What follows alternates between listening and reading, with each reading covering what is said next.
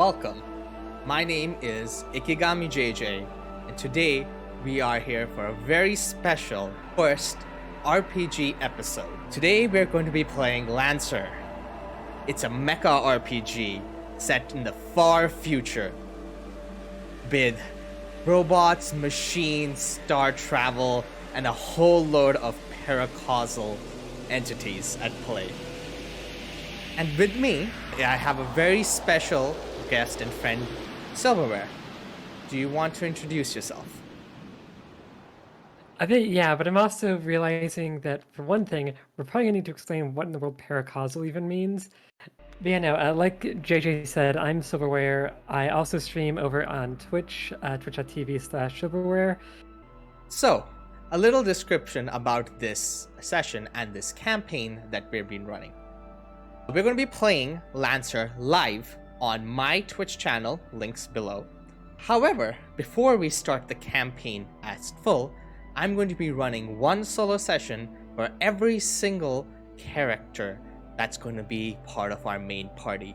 And my hopes is through these solo sessions, I can introduce to you all to both the world of Lancer as well as the particular setting where everything is taking place in. Lancer is set in the year 5016 U, and the galaxy is home to trillions. At the core of humanity's territory, there's a golden age. But outside this newly won utopia, the revolutionary project continues.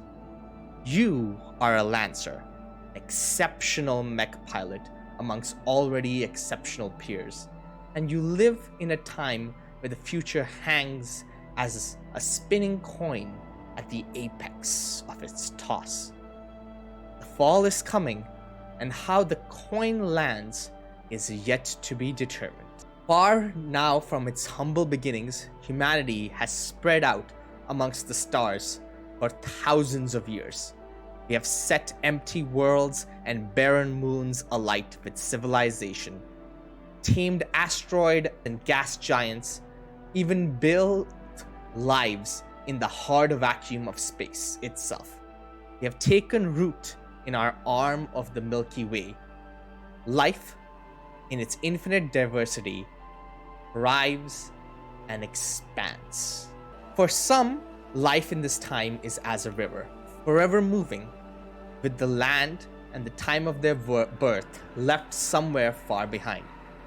For most, life is spent on their homeworld, moon, or station, linked to the rest of humanity via fantastic technologies, or isolated to the politics, stories, and histories of their own lands.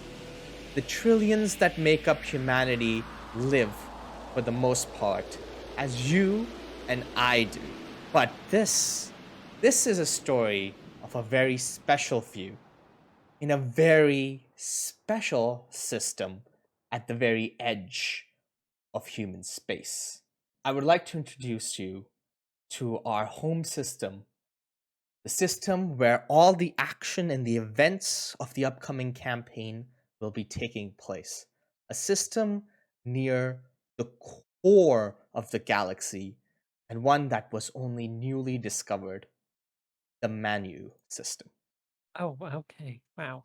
I did not realize this entire thing was going to be animated like that. Okay, that's impressive. I did spend a lot of time on this. That is very impressive. Like, it's all kind of grayed out for me, but it is very impressive. And now it should not be. Oh, there we go. That is seriously impressive work, dude.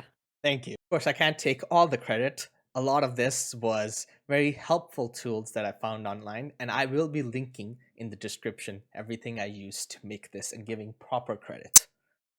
Let's get into a little description about the Manu system before we get a little bit further into your character and the role they're going to play in this place. The Manu system is a very special place. It was discovered not too long ago, relatively speaking, about half a century ago, when scientists from Union, for those who don't know, is the main branch of humanity, one that all are part of, discovered this distant star system. Now, at first, it was too distant to travel to. Humanity has crossed vast spaces with the advent of the blink gate technology, but even it has its limitations. The first journey needs to be made with sublight or light speed ships, and only once a blink gate is made at the new location can humanity instantly travel the stars. Manu's system being hundreds of thousands of light years away from cradle, that is what Earth is called in this setting, made such travel impossible to it. Until one day, USB, that's Union Science Bureau, researchers discovered a very strange signal. See, they discovered the existence of a blink gate. Not a blink gate of human origin, but a blink gate of alien origin. This blink gate was named Erebus. And through this blink gate, travel to the Manu system became possible. And what the original researchers, the rangers that came through, discovered was a very, very ancient and unique star system. See, the Manu system wasn't only unique in the fact that it was near the center of the galaxy and contained two very old red dwarf and white dwarf stars, not for the fact that it contained a planet that could support life, and with its fossil record showed that life had been thriving on it longer than Cradle had even existed. No, what was truly unique about the Manu system wasn't anything natural, but what was artificially placed there. Giant, countrywide, spanning structures, hyperstructures, completely non human origin. These hyperstructures were given name of various previous cradle gods and deities. Eros, that orbits around the planet Ishtar. Gaia, that is embedded deep on the thriving and lively planet of Tellus.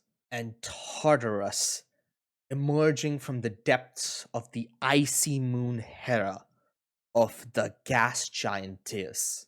These unnatural wonders is what caused this system to boom and thrive, with researchers, scientists, and even major corporations in the setting coming in and expanding. However, once in the system, they found that exploration of these hyperstructures was no easy task. These hyperstructures were not left truly abandoned, but yet were guarded by powerful and ancient automatons, machines and mechs of unknown origins that attack any intruders and prevent any entry.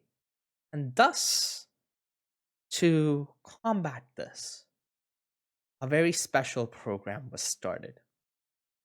For you see, the explorers of these hyperstructures needed some sort of warning, a canary in the coal mine.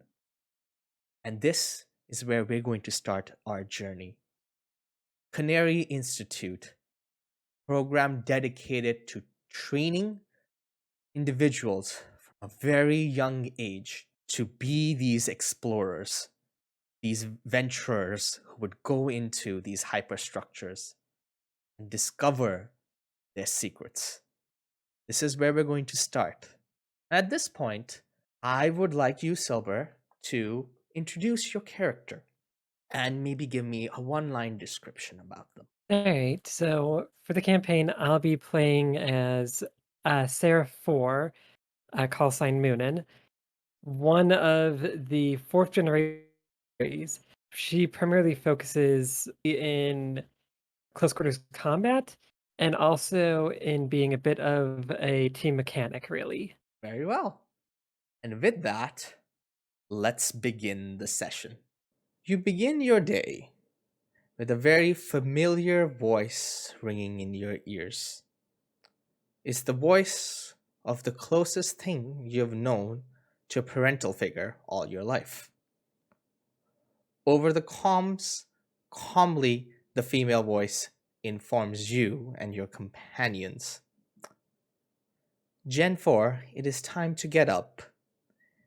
Be in training room in Yeah. 01 hours. As you open your eyes, you are in a bed and surrounded by other individuals, teenagers around your age, 17 years old approximately, all with unique unique things about them that would make them noticeably different than the general population. But you would stand out even more amongst the rest of these children. Do you want to take a second and describe your character?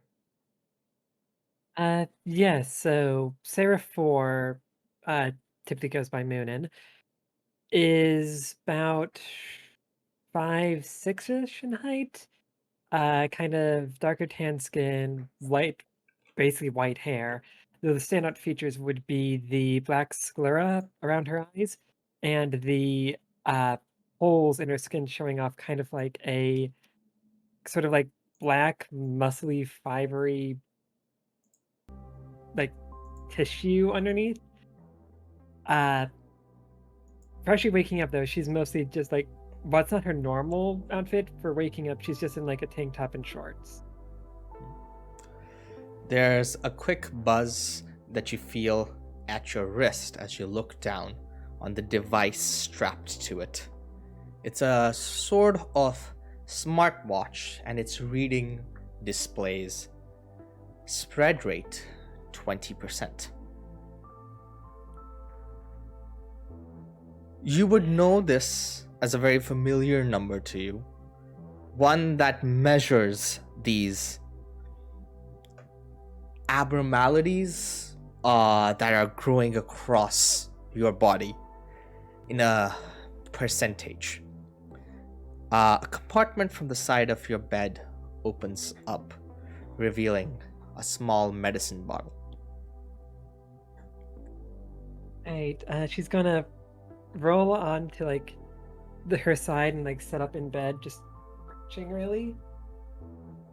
While she's doing that, she's gonna call out to probably Mike on the watch or just generally in the area. CT, I'm still waiting to talk to a pharmacist about what this stuff even does and if we can get the taste taken care of. The caretaker will reply, Sarah 4, the medication has been approved as part of monitoring your condition, and the taste has been deemed suitable enough for its purposes. Now, please, Yeah, they could at least try. eat your medicine.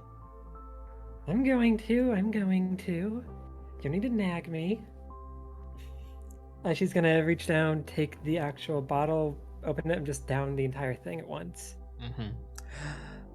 Similarly, you can view your other 7 companions doing similar, though perhaps slightly varied morning ritual.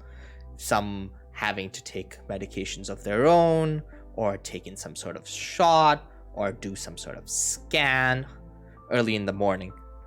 Yet, despite this strange routine being common and familiar to you, there's a certain buzz in the air, a little bit of excitement amongst all your peers. Field trip day is tomorrow. Alright.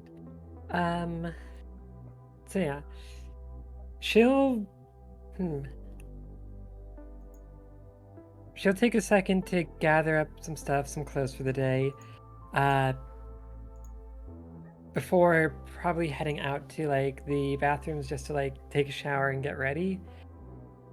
After she'll just pay a visit to some of the other people in the station, really, because not all the canaries are actually here at the moment. It looks like.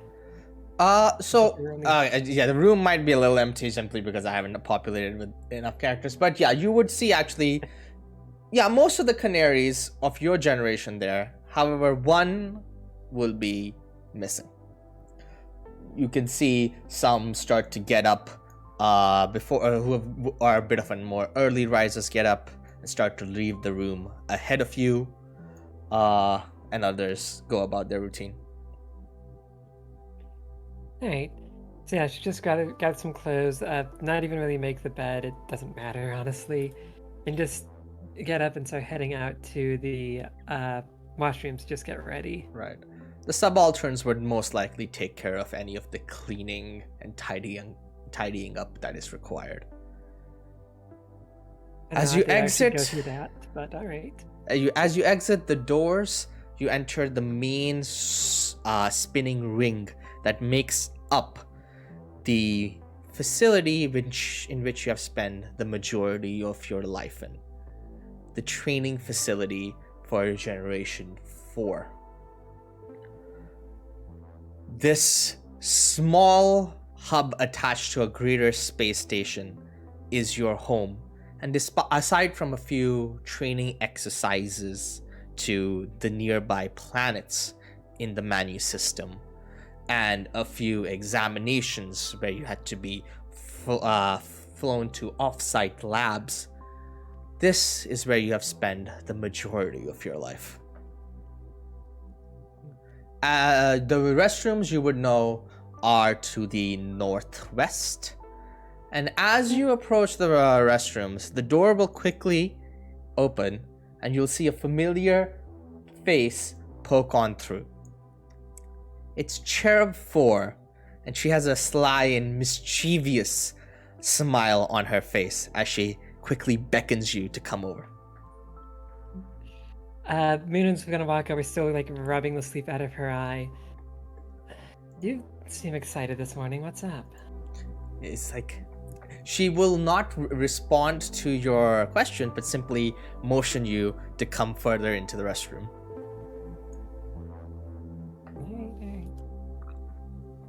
I mean, if you wanted some privacy, you could have just said. Yeah. As soon as you get in, she'll quickly shut the door behind you and says, finally, now that ST can't hear us, she'll take out from her pocket a fistful of what look like small, almost SIM card sized chips and reveal them on her palm. From these chips, little projections will pop up. The projections would show your face and the face of your other comrades. There'd be IDs. But you'd quickly notice, though, that something's a little bit amiss in the details listed on them. The names, for one, aren't your designations. And two, and more noticeably, is that the age for all of them read 21 years old.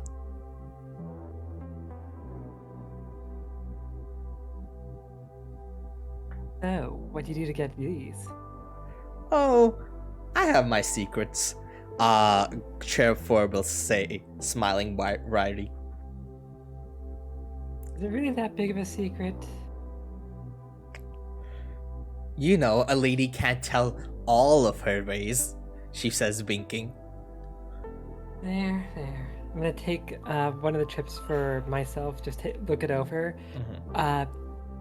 What name is on it, if that's like noted down? Okay, it would be a random name, so let's say random female name, Erica. Sure. Erica Doe, because I'm bad with names. Oh.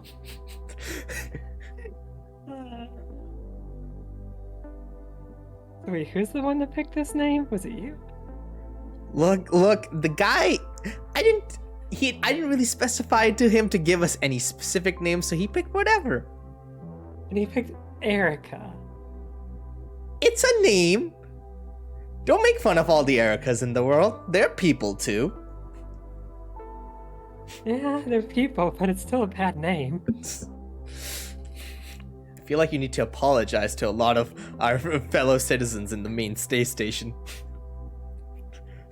She'll laugh along with your joke. But then her expression will get a little bit more serious. So, Muninn, by the way, I was thinking of me and a couple of other canaries were thinking about using these to go out on a little bit of an adventure tonight, especially before the field trip. But do we have to bring Hugin along? Yeah, we're bringing Hugin along. Like, why would you want to kick her out of this? Well, you know, we're gonna be hitting up some clubs and some party places, and she doesn't really seem the type. Well, if she doesn't want to go, she doesn't have to, but might as well invite her. Besides, she could use some time out of that hole she's stuck in. Yeah, I guess that's true. But you know how she can be. I mean, she's really only that way because no one else, like, again, stuck in a hole. How do you feel if you were stuck in your room all day? Well, okay. Stuck in a room. Yeah, Cherub will sigh and says, fine, yeah. Realizing that there's no way she can really convince you out of not inviting Hugin. You told the others yet? Yeah, they know. As one of the other canaries will pass by you all. Let's say Principality pass by. He'll go to. It's like, hey Cherub, did you get it? And she's like, yeah. And she'll toss him the particular ID associated with him. What name you get on yours? Let's see. He pops open the chip, having the projection pop up her head. Adam, how unique.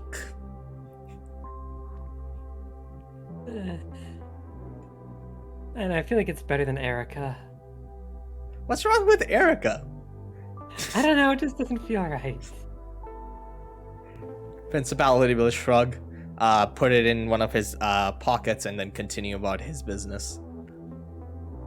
Do you know what they're serving for breakfast today, by the way? Cherub will think, well, today is a Thursday, so it's probably just fried eggs. Yeah, probably Thursday's fried eggs, isn't it? I think so. I don't know, I was hoping they would do something different. Have they ever done anything different than whatever's on the neatly scheduled nutritional requirements? Cherub will say sarcastically. Though, as she kind of walks past you, this thing, I shouldn't complain too much. Their food, as horrible as it may be, does help me keep my figure. Yeah, but it's also a field trip tomorrow. They could at least celebrate a little. Well, at least we're gonna celebrate tonight, she says, winking. You got a place picked out? Oh, I know the perfect place. Well, I'll catch you up later. I gotta actually get ready. I'm assuming you also would have grabbed Hugin's ID chip. Yeah, I would have as well. Okay. So yeah, you can do whatever business you need to do in the restroom, and then start heading over to the food, or maybe waking up Hugin, because knowing her, she's most likely sleeping in. Yeah, she's gonna take her time to actually take a shower and get dressed first. Before then heading out over to Hugin's room and just trying to get her attention. Okay. Probably like 15 minutes for it to actually get ready, I'd say. Okay. Yeah. The restrooms, as you've just known and experienced, have always been gender neutral in this place. Everything runs on which in peak efficiency without any flair or excess at this facility. I mean, flare excess, but there's exactly 9 sinks. Yeah, no flair, no excess. Exactly 9. I feel like 9 is a bit excessive. Well, they do need peak efficiency. You can't have someone waiting for a sink now, can you? Just put 9 in, okay, sure. Everyone gets their own sink. But after she takes her shower, she's just gonna head out over to Hugin's room. Mm-hmm. Don't think we need to go all the way around to the shower for that. Mm-hmm. I don't really feel like counting all of them. Right. So as you enter in the hallway leading to Hugin's room, the doorway behind you closes with an airlock seal, and a compartment on the side opens up, revealing a plastic overall hazmat suit for you to put on.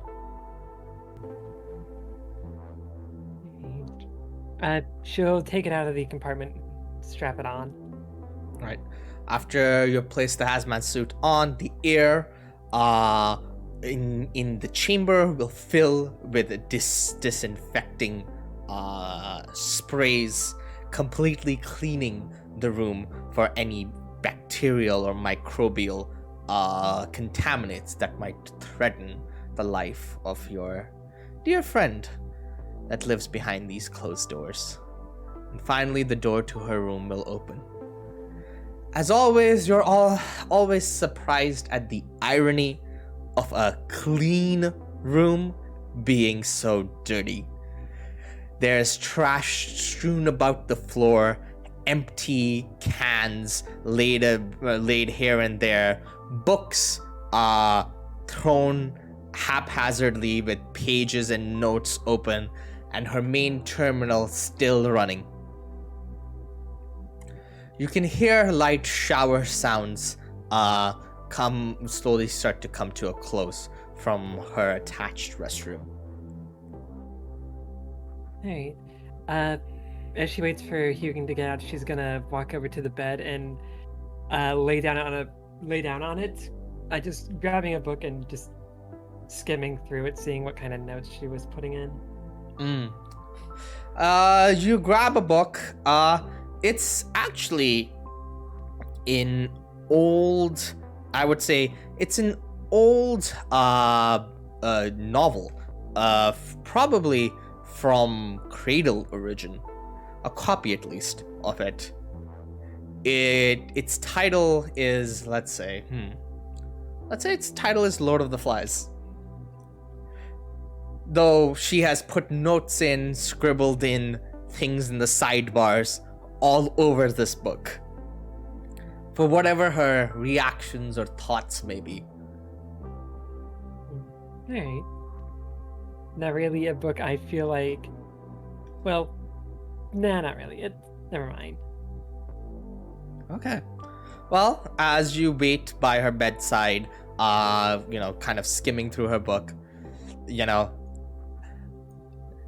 Hugin will hurriedly exit the restroom, still half in the exosuit, as she's beginning to don it. And she'll appear kind of saying, yeah, I'm coming, as she puts on the final bits of the protective suit that allows her to venture out from her closed room. Hey, you don't need to rush. Wasn't skimming your browsing history yet. I wasn't thinking you were going to do that, but now I'm concerned, she says, kind of narrowing her eyes. Listen, one of these days when I know I've got time, I might. Curious. She sighs, rolling eyes. Well, anyway, I guess we better get going. Wouldn't want ST yelling at us for being tardy again. Yeah, though, before we go, real quick, Cherub gave me a thing for you. Cherub? Something from Yeah. me? She'll say, Yeah. almost looking incredulously. Yeah, she, you know the field trip tomorrow? Well, yeah, don't think any canary in our generation doesn't. The first Yeah, time but we're gonna I'm get to making go a outside. connection, okay? Look, she figured we might as well go out and celebrate. So, she got these. I'm gonna hold up her ID card with just 2 fingers. She'll blink a little bit looking at it, at first not understanding what their use might be until her eyes land on the date of birth and the age. And she says, oh, how did she even get these? You won't tell me, I'm trying to figure it out. I'm gonna have to go steal. I'm gonna have to go look over some stuff from her, but regardless. I'm gonna work on figuring that out, but out of it, she got them, and she got one for you. Well, colored me surprised, though. I don't know. I'm not really the type to go for big parties and loud Really a party, places. It's not You really know? a party, it's just all of us actually going out to celebrate for once. Come on. You could use a drink. I mean, we are technically not of legal age, but I don't think that's ever stopped you. She'd say. But then she'll sigh and agree, because knowing you, that you'd probably keep on kind of encouraging / pestering her until she agreed. And she'll come. So why are you up all night working on this time? Not really working on anything, just reading up on some of the exploits of our predecessors. You know how all the Gen 1s just recently got their Lancer licenses. Some of the youngest ever at only 21 years old. You should Yeah, I know, they keep waving it over us. You should see some of the things they've been discovering in the hyperstructures out there. They've went deeper than like ever before.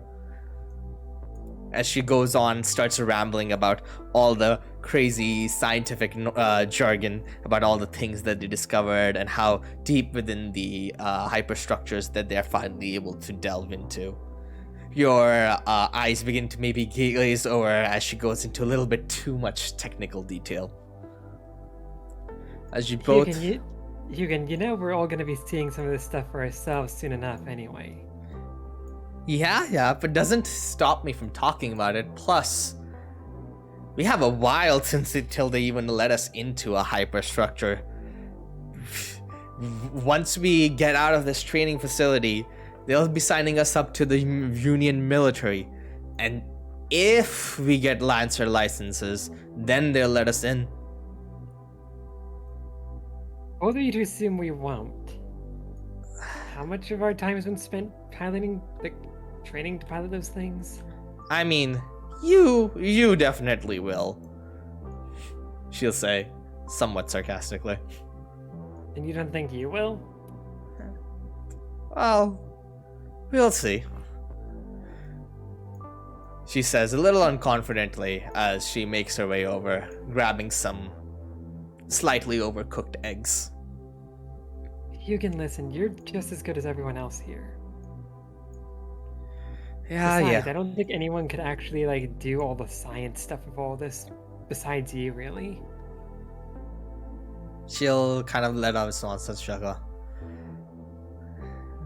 Thanks, Muninn. And then she'll go about and take her seat at the first far end corner, kind of not really socializing with anyone else at this dining room that's slowly starting to fill up with people. Yeah, Muninn will grab herself some eggs and head over to sit with her, waiting for someone else to grab that third seat at the table. Right. As of course only exactly 9 seats are available. Someone else will have to. And eventually, Throne 4 will come over and sit at the table. He'll nod at both you and Muninn before going about eating his equally bland-looking morning breakfast. In the background, you would hear news playing on the inland television screens. You know, it will drone on about, you know, the daily happenings of the Manu system, how there is more and more investments and corporate interest in the system, how even the tourism industry is beginning to boom, especially in Tellus, due to this system being at such far away and such from Union space and so deep in the galactic center. While that's going on, everyone's eating. Muninn's going to turn to Thor and be like, so, apparently Hugin's heard that the other canaries are actually in the hyperstructures now. The Gen 1s? The Throne Yeah. will inquire with this thing. Well, doesn't surprise me. You know how much they sing their praises. Heck, I wouldn't be surprised if they clear out the whole damn things before we ever get a chance to go in them. Throne will kind The of size of them? quips. Nah, they're not doing that. I mean, with the stories they tell us about them, you'd think they might, you know, yeah, Throne will chuckle along. And as you guys kind of go about talking, you know, generally making small talk and mentioning, you know, the various achievements of the individuals that were the first generation of canaries produced by the Canary Institute, the one that you've all been raised up. The individuals that were, unlike you, natural born prodigies with skills far surpassing any of their peers. The very individuals whose DNA and gene seed all of you are based off of. One piece of news that's been droning on the background will suddenly catch Throne's attention, and will quickly go over to the television screen and up the volume.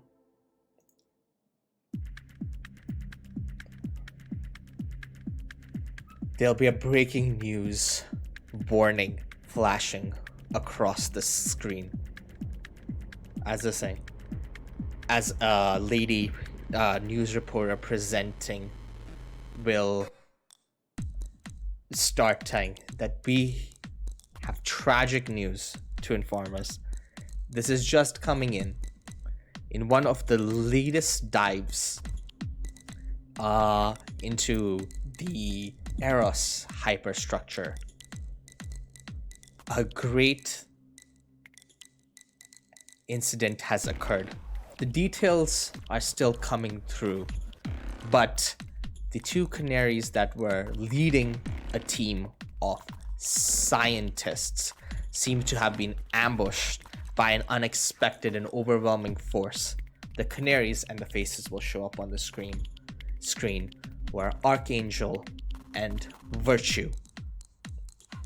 While we do not have the full details of the report yet, we are hearing that there were massive casualties in the exploration crew, and only one could have been retrieved.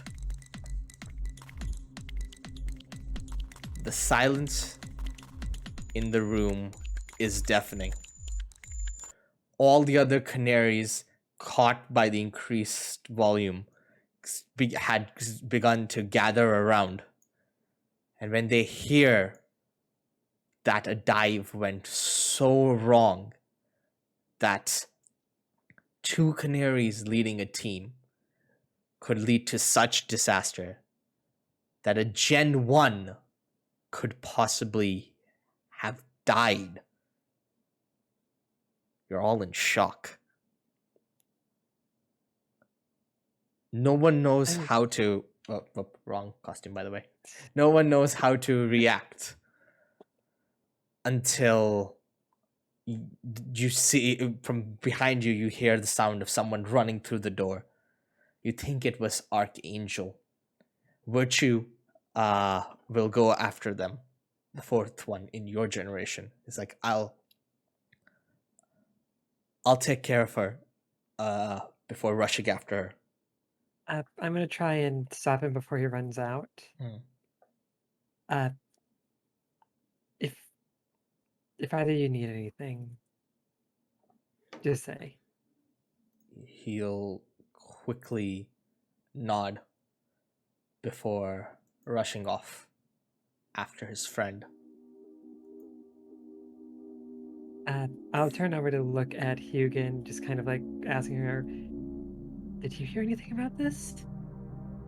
Hugin looks to be in just as much shock as you are.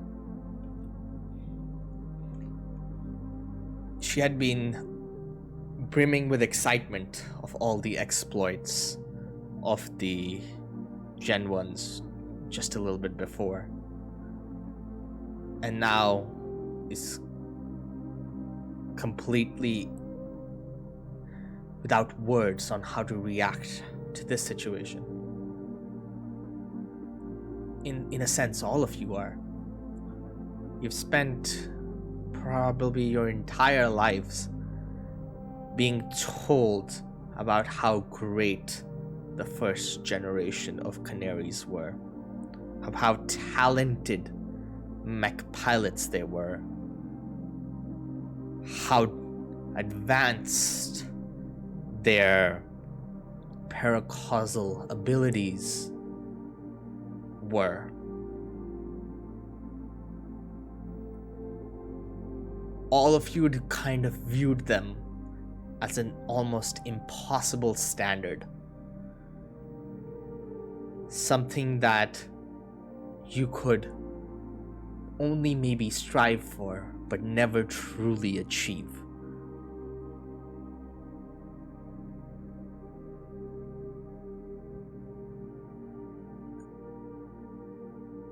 There's a complete silence in the room until I would say Throne 4 would be the first to react.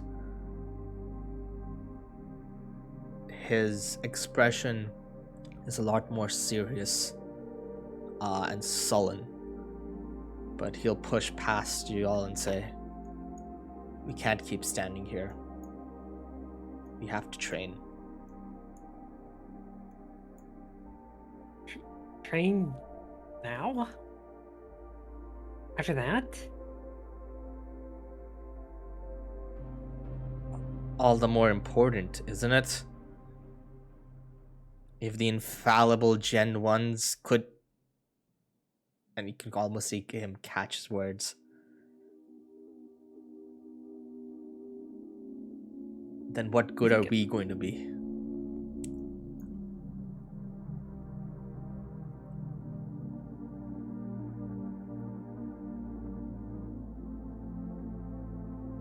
As he will start actually heading off to the training rooms as was instructed.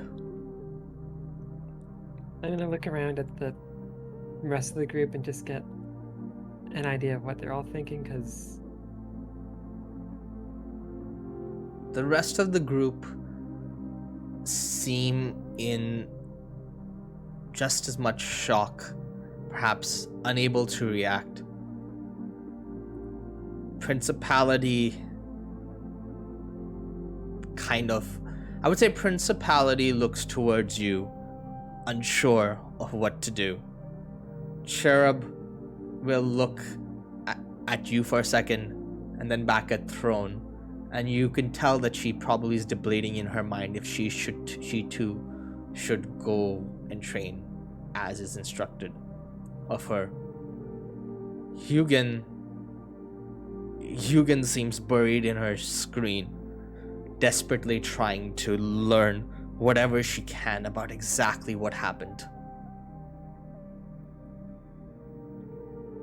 I'm gonna turn to Cherub then and just reach out, put a hand on her shoulder, be like, "Hey, I don't feel like you have to train today.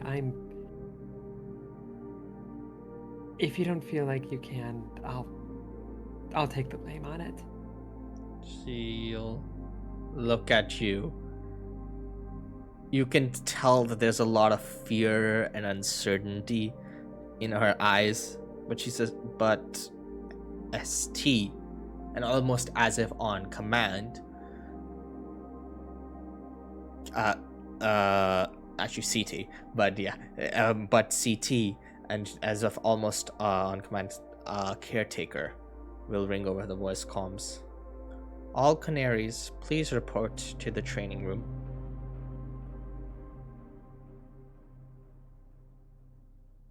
If you want to go, you can, but I'll talk with her. With that, Cherub will kind of nod at you and slowly walk back over to her breakfast, take a seat. Principality will also, having heard this conversation, will say, "Thank you, man." Before he'll start to go off on his own. Hugin, as usual, have as you've seen her often deal with any stressful situation, has kind of zoned out the world around her, trying to focus on her screen and her research rather than really talk to anyone.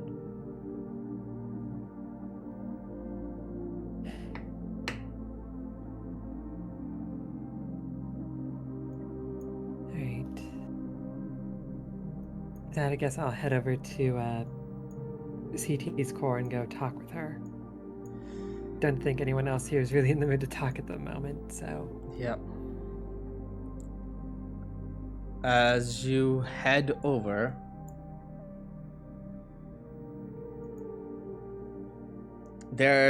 you stand waiting in front of her core room, and the first set of doors will open.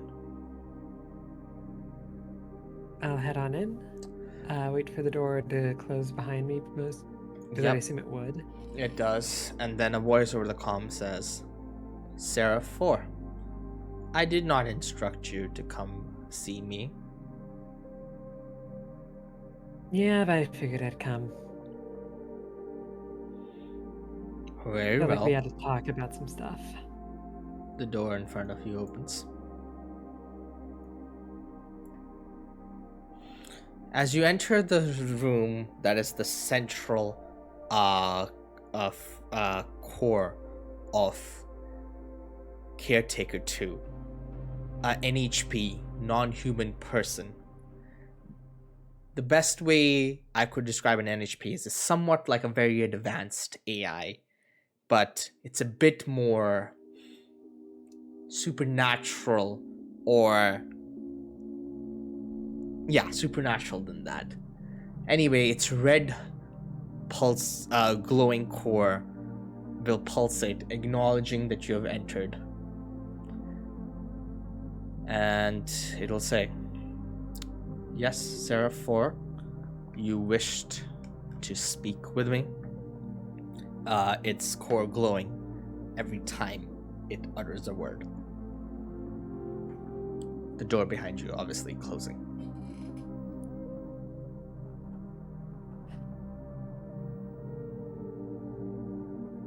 You heard the news, right? You heard what just happened?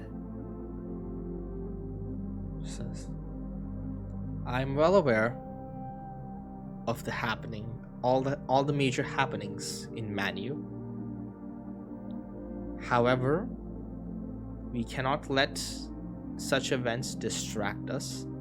Field trip day is tomorrow, and it is my duty to adequately have you prepared." And what's one day gonna do to prepare for that?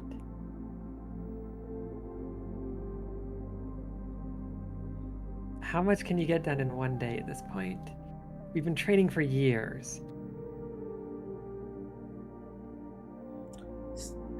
Caretaker 2 will pause for a second and say,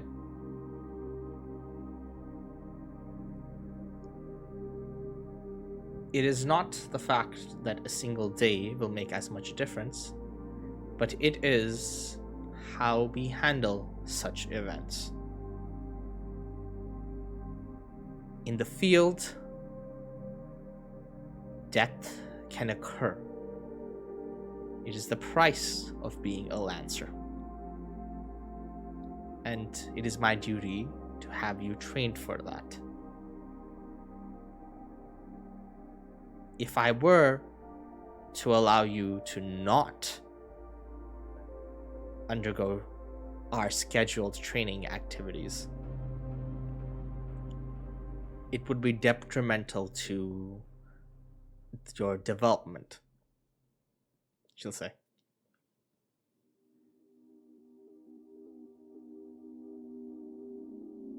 I think And she'll continue her slides. I understand that this must be shocking to you, seeing as this is perhaps the first death of a person you knew of you have encountered. However, not just me, if everyone. However, in the field, you not have the opportunity to let death be an excuse to take a break or to stop. And this isn't the field. And no one's had to deal with this before. You want to say that they need to prepare for dealing with this in the field? All right, then we can prepare for it. But right now, we need a break. We need to process this. No one's going to be paying attention anyway, even if they were in training. I see CT takes a minute to process before replying. Is this the unilateral decision made by everyone in Generation 4? No, it's mine. I see. Seraph 4, you must be aware by now of the influence you hold amongst your peer mates.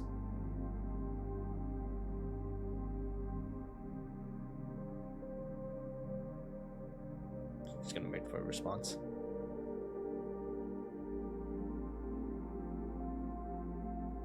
You mean, what, did they talk to me? They were family?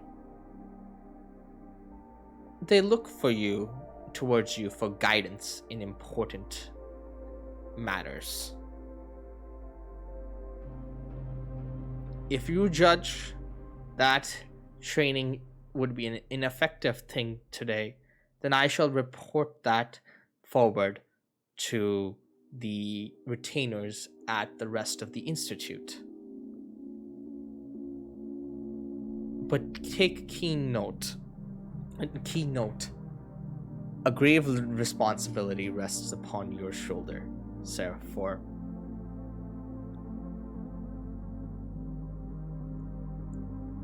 I know. It's not like that hasn't been told to me every day. Very well. I'll be expecting much from you. With that, the door opens, ushering you to leave. She'll walk out without really adding anything else to that. Okay. Yeah, you would see Throne 4 is heading over to the training rooms himself. You're not sure if any of the other Canaries had bothered to join him or not. What would you like to do?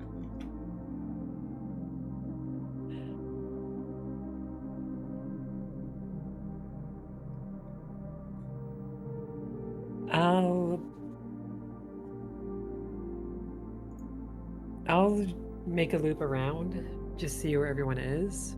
Mm. Double check on people, let them know that I'm saying, that I talked with CT and I'll take the blame if anyone wants to take the day to rest. Well, as you go, and that I can talk to all of them. Yeah, as you go around, you don't see all of them. Maybe some of them headed off to the main, uh, the main space station that your training facility is attached to. You'd actually see Cherub 4 kind of heading past you through the opening docks. And she kind of like nods at us like, thank you for getting us the day off, Muninn. Just gonna go out and clear my head a bit before she'll head out. If you are to then go around, you would see that Hugin is beginning to head back into her own room. You can assume that she's probably gonna spend the rest of the day, her eyes glued to her screen, trying to learn as much as you can about what occurred. Do you want to say anything to her?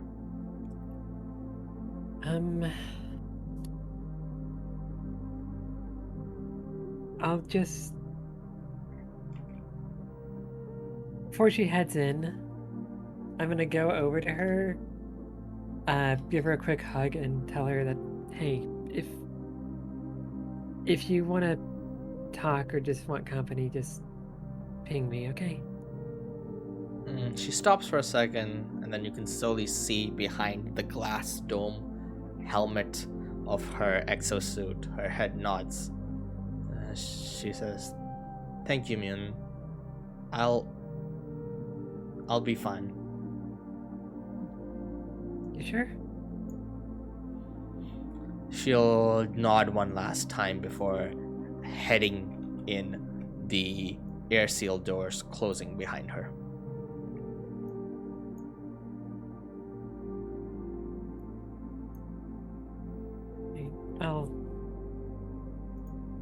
I'll continue the loop around. Right around.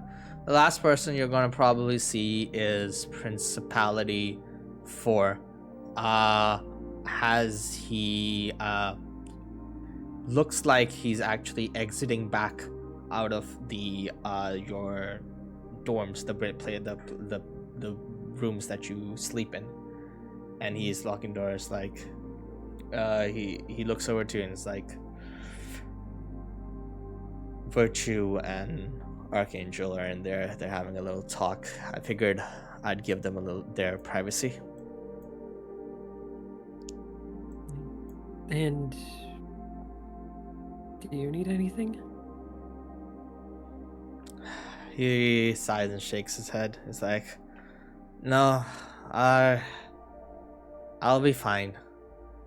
I mean, this is part of the job anyway, right? They always lecture us about how dangerous the hyperstructures they can be. You'll say, kind of half-heartedly laughing at it. But you can tell it's like a strained kind of laugh. Yeah, I guess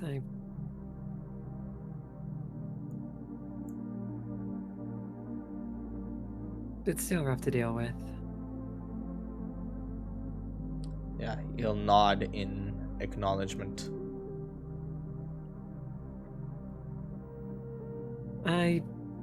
If you need me, I'll probably be in the station. I'm gonna go find just something to do. He nods, yeah. That's probably not a bad idea. And as you do your final kind of loop around, I'd say you'd see Throne inside one of the training chairs.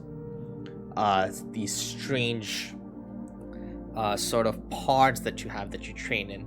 There's kind of virtual reality seats. When you strap in, and the cylinder actually fills with this breathable liquid, and there are a screen that goes over your eyes and covers your ears off the side, and a electromagnetic machine in the back creates this pulse that essentially fires neurons in your head in such a way that it replaces your existing vision with that of a simulated battlefield. Thus, you get a training that feels, hears, looks, and smells as accurate as possible to a real situation. Though you always know, in the end of the day, it's just a training simulation. It's not the real thing. Even if your mech gets destroyed, you never truly die. You're not in any real danger. Unlike what awaits you out there in the real world.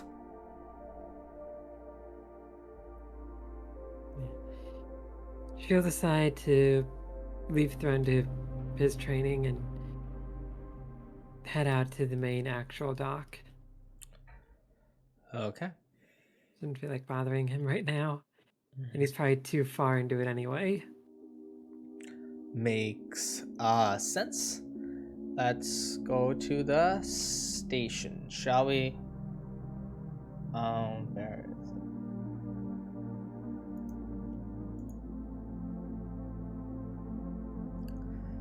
The space station itself is a large, rotating toroid that provides artificial gravity to all of its citizens through spin. It's a large facility that orbits Tellus. There are several areas, residential, commercial, even manufacturing, all available in this station.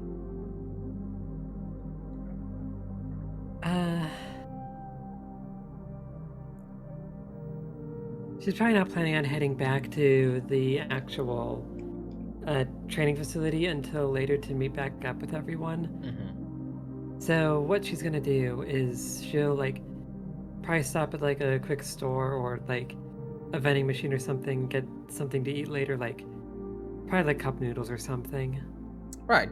Oh, they'll have a cup noodle vending machine because it's the future and that exists. Yeah, she'll just grab cup noodles for later. So yeah, you can go at the vending machine. The system uses mana, which is the standardized currency used all across the Union, the hegemony under which most of humanity falls under, including you.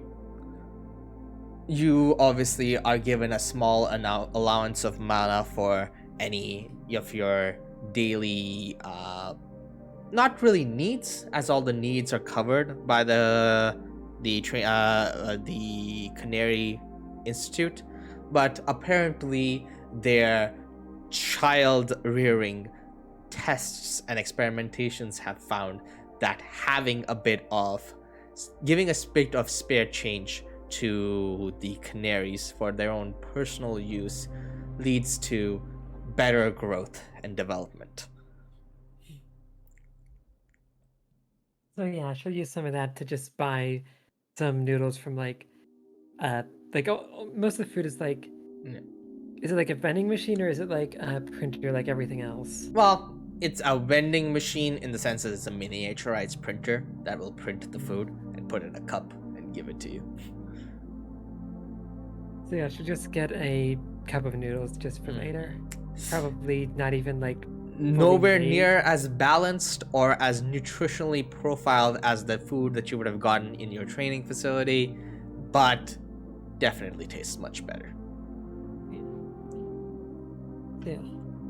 With lunch or dinner or whatever that meal ends up being, she's gonna head out to the maintenance section, because frankly just that area tends to vibe with her more, and she's looking for something to distract and get her mind off things. Fair enough. But then she'll run into someone around there that's willing to give her something to work on. As you go into the maintenance area, a familiar friend, the name of, let's say, Timothy Boydwood, If that's a name. Sure. We'll kind of wave over to you. Hey, Muninn, what are you doing out here? On a weekday at this time? He'll comment somewhat surprised.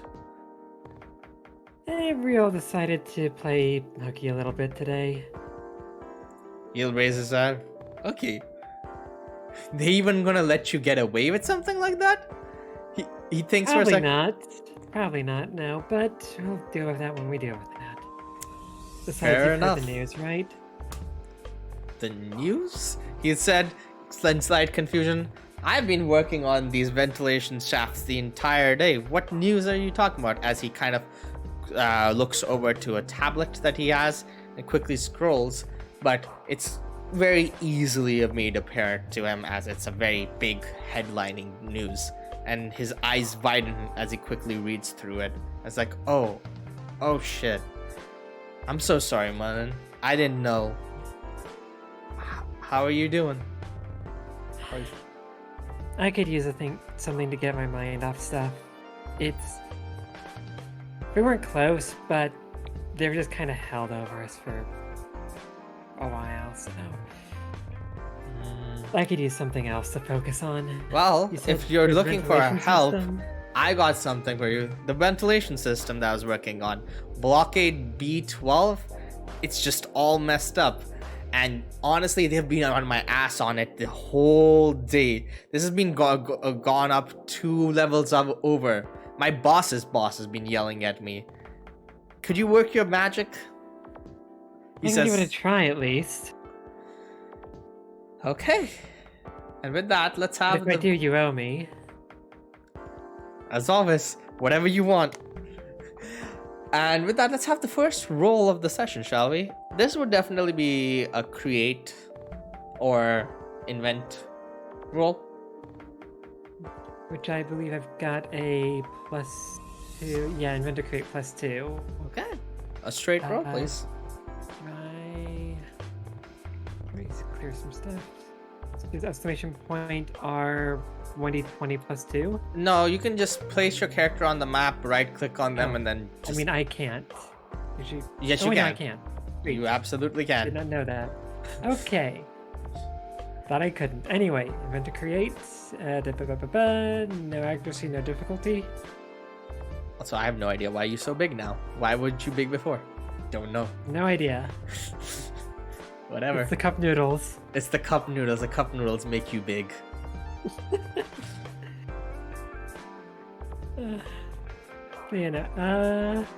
Oh, exactly 10.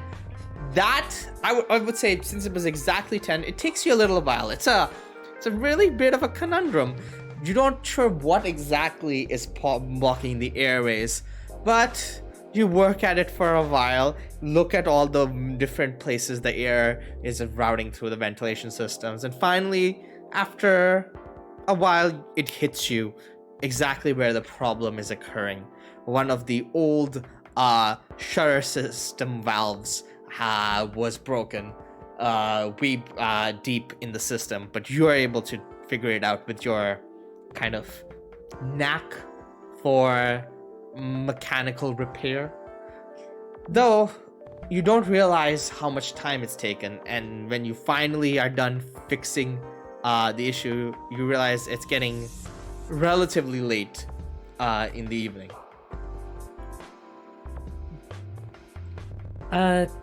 Once she finds it, she'll call Tim over. Hey Tim, I think I got it.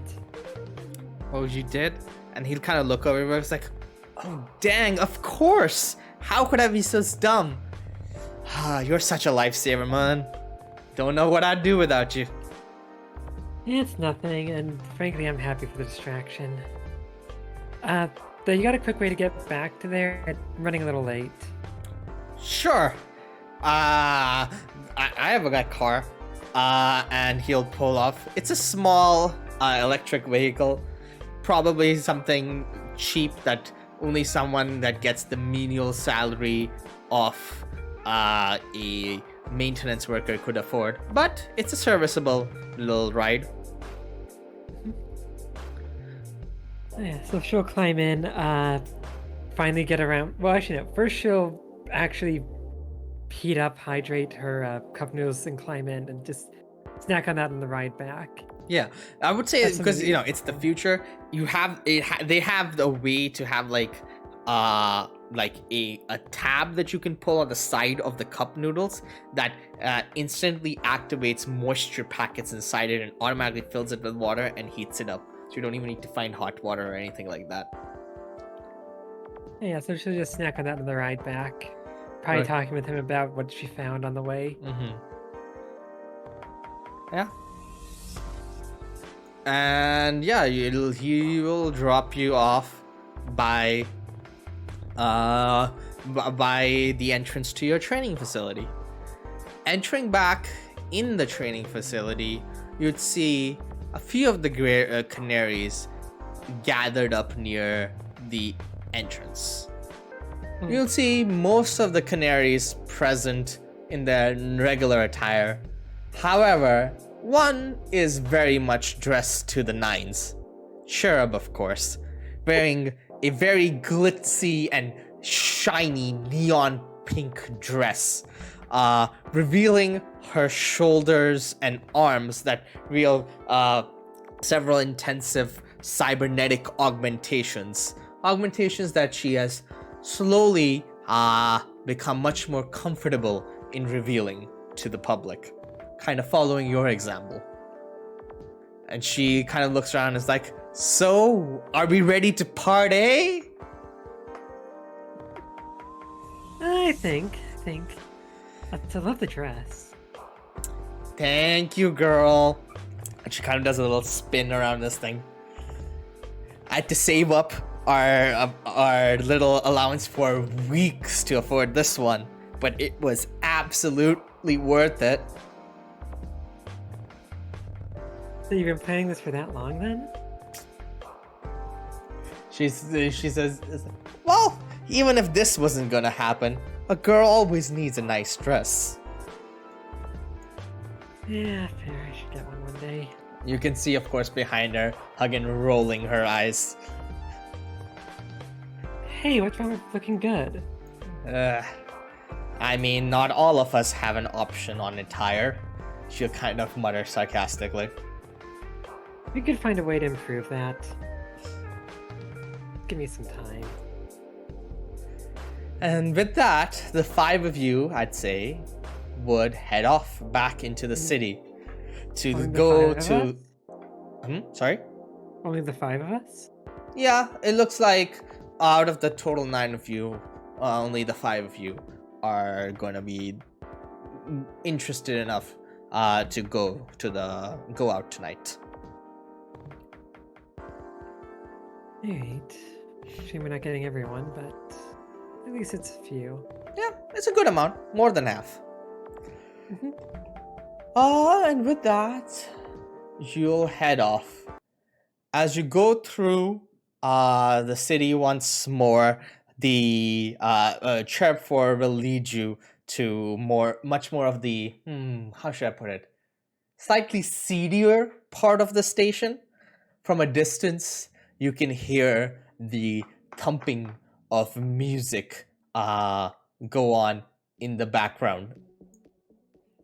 As you approach the club that Chirp 4 had such rave reviews about. I mean, we wouldn't call it rave review. She just said she knew a place. Well, she seemed pretty excited to go to it. And yeah, you'll enter in. As you enter in the place, the music will become suddenly much louder and blaring. It's starting to fill up with people as the night wanes on. Of course, most of them are much older than you. And you guys stick out as a sore thumb, not only because of some of your age, but also because of your appearances. You can feel as though Muninn is getting increasingly uncomfortable, and with all the stares that are starting to go over her way. It is, of course, very unusual to see someone decked out in a full exosuit while indoors at a bar. unusual, but not entirely impossible. Still, Muninn's going to swing over her way and just kind of try and take some of that attention. How are you taking that Well, attention? What are you doing?